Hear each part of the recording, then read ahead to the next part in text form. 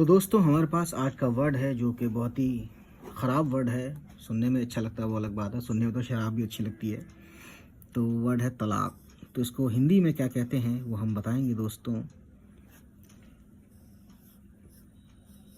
ये वर्ड हमने तो इसे लिख दिया और दो नुक्ते बड़े काफ के, तलाक। ठीक है, तलाक में ये होता है। और हिंदी में इसके लिए वर्ड, इंग्लिश में तो डाइवोर्स जानते ही हैं, हिंदी में इसके लिए है विवाह विच्छेद।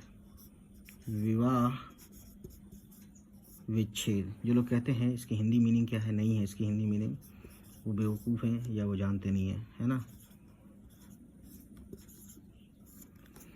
तो इसका मतलब बताने का यही है कि पति और पत्नी का जो विधि या नियम के अनुसार वैवाहिक संबंधों का होने वाला पूर्ण विच्छेद, इसका मतलब है ना हिंदी में पति पत्नी का संबंध टूटना या विवाह विच्छेद या शादी टूटना। ठीक है।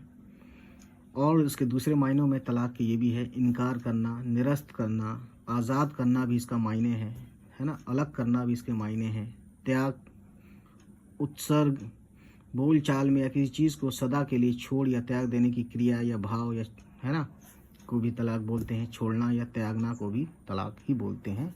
ये अरबिक वर्ड से लिया गया है उर्दू में। ठीक है।